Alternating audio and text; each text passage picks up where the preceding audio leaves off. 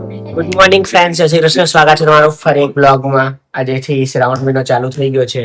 આમ કરે છે, આને બી શ્રાવણ મહિનો કર્યો છે, જીને બી કર્યો છે.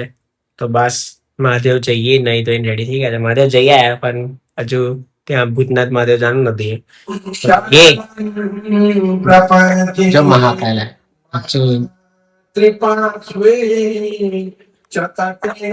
બસ હવે આજનો દિવસ ચાલુ છે. આજથી અપાસ નો દિવસ બીજો. એટલે આમ તો શ્રાવણ નથી ચાલતું, પણ અમાસ થી અમાસ કરવું પડે. એટલે આજે બીજો દિવસ ઉપવાસ નો ચાલુ છે. કરી રહ્યા છે. બીજો દિવસ ચાલુ થઈ ગયો ઉપવાસ નો. 10 વાગ્યા છે. 10 તો આજે વર્ક ફ્રોમ હોમ છે, કામ કરીએ ઘરે. મહાદેવ જઈએ પછી બસ આવી રીતે ડે ચાલુ છે. હું ઓફિસમાં બ્રેક મૂકીને છે ને બીલીપત્ર તોડવા આવ્યો. એમાં ભૂતનાથ મહાદેવ જવાનું બાકી છે, તો સારા બીલીપત્ર હોય ને એ તોડી લઈએ. ઓકે, અત્યારે તો બધા સારા જ હોય એટલે બહુ ધ્યાનથી તોડવું પડશે. હું તોડી લઉં પહેલા, પછી મહાદેવ જઈને દર્શન કરાવ તમને પણ. Neon hums like a subtle thrill. Shadows dance on the windowsill. Concrete dreams in the glow collide. ઈ તોડીને છે ને મહાદેવ આવી ગયા છે. તો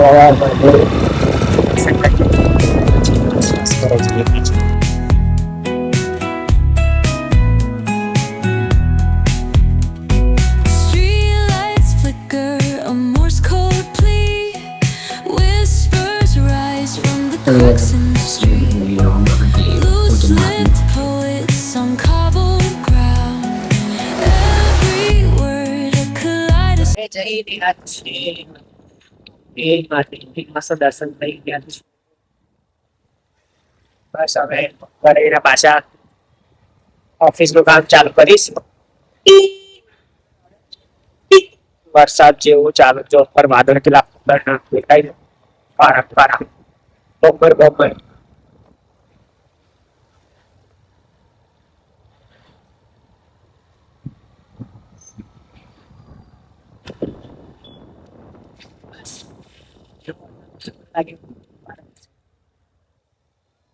જે પ્રમાણે સવારના 12 વાગ્યામાં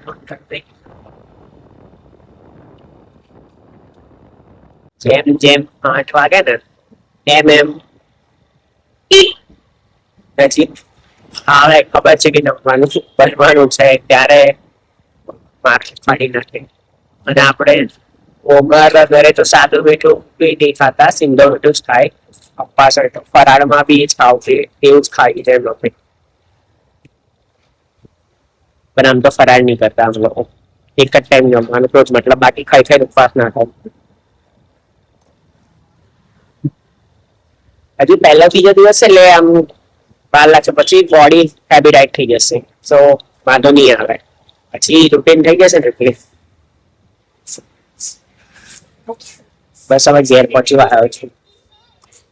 સવારના 11:30 નહીં છે ને? 11:30 નહીં છે. કેટલા વાગ્યા? 2 વાગ્યા 3 કલાક થી છે. એને ઘરે યાદ નહીં આવતું. ઘરે એને ઘરે મૂકે ને તો પાછી એકી તરફ જાતે ડીંગો ડીંગુ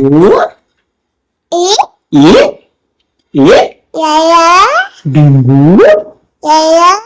બોલો ચાલી રહ્યું છે.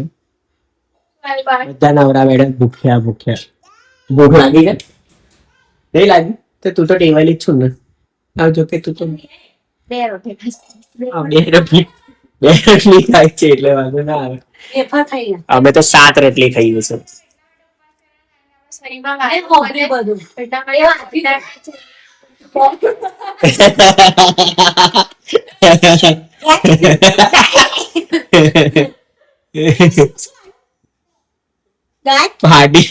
કેટલી છે? 2 છે, 1 જ છે.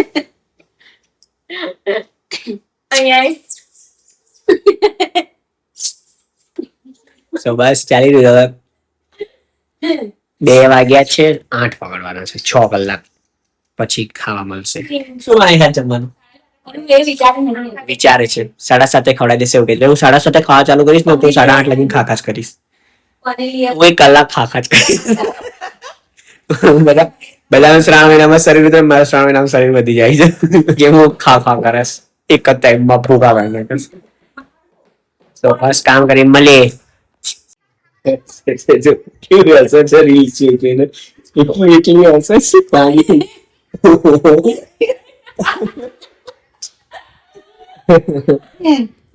એકલી એકલી રીલ જોવે ને હસતી જાય છે. રડી ગઈ એટલી બધી હસી ગઈ. કોણ આવું લઈ ગયા છો? બે એટલે શું બનાવે છે? પનીર ભુરજી બનાવે છે. પનીર ભુરજી બનાવે છે. બની રહ્યું છે. પરોઠા બી બનાવે મસ્ત મસ્ત. સો જૈન પનીર ભુરજી બનાવે છે. કેમ અમે શ્રાવણ મહિનામાં ડુંગળી લસણ નહીં ખાતા. બસ તો જમવાનું બનાવે એટલે પપ્પા આવે એટલે જમી લઈશું. એટલે પહેલો દિવસ બસ કઈ ગયો ભૂલી ગયો. હા કઈ નહીં, કાલ અમદાવાદ થી ફરી લઈ જઈશ. હા કાલ સ્ટેન્ડ લેતો આવીશ. હોટલો હોય તો અહીંયા તો 200 રૂપિયાની એક પેસ્ટ્રીની બોટલ. ઓકે ત્યાંથી બોટલો જોઈએ તો હારા મેની લઈને આવીશું. જો બધી બતાશ પનીર ભુરજી કેવું દેખાય છે. સો હાય હાય સુગંધ મસ્ત. હા મસ્ત સુગંધ આવે છે. બનાવે મસાલા. આ લોકોએ ઘરે બધું કર્યું છે એટલે ઘરે જ કરે. ઘરમાં ખાવાનું હોય તો બહાર થોડી કરે. તો બસ તો